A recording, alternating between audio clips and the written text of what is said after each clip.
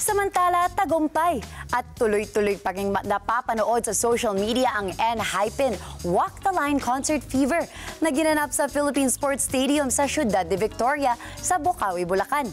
Plano naman ng grupo na magtanghal sila sa Coachella 2025 at bukod dito, may paparating din silang bagong album. Detalye sa report ni Vin Pascua.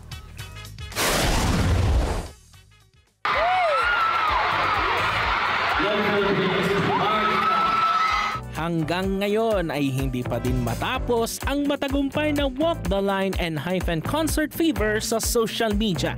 Naganap ang kanilang one-night concert sa Philippine Sports Stadium sa Ciudad de Victoria Complex sa Bocaue, Bulacan.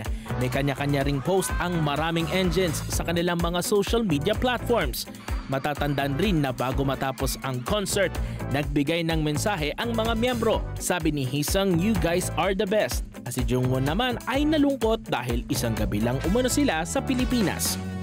Isa sa treat nila sa kanilang fans. Kahit summer na at mainit ang mga pangyayari sa buong concert, may special way ang ENHYPEN para cool down. Nagsakay sila ng carts at ginamit ang water guns para palamigin ng fans. Nag-perform din sila ng mas chill na songs tulad ng Your Eyes Only at Orange Flower, You Complete Me. Nagpahiwatig din ng grupo para sa susunod nilang mga plano. Hindi pa tapos ang taon para sa kanila. Magtatanghal pa sila sa Coachella 2025 at may paparating din silang bagong album.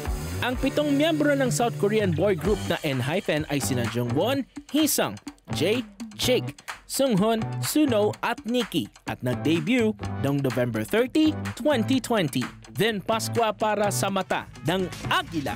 Matatag, matapang, matapat. Maraming salamat sa inyo pong pagsubaybay sa Mata ng Agila Primetime. Para malaman ang matatag, matapang at matapat na mga balita, i-follow lamang at mag-subscribe sa @Net25 TV.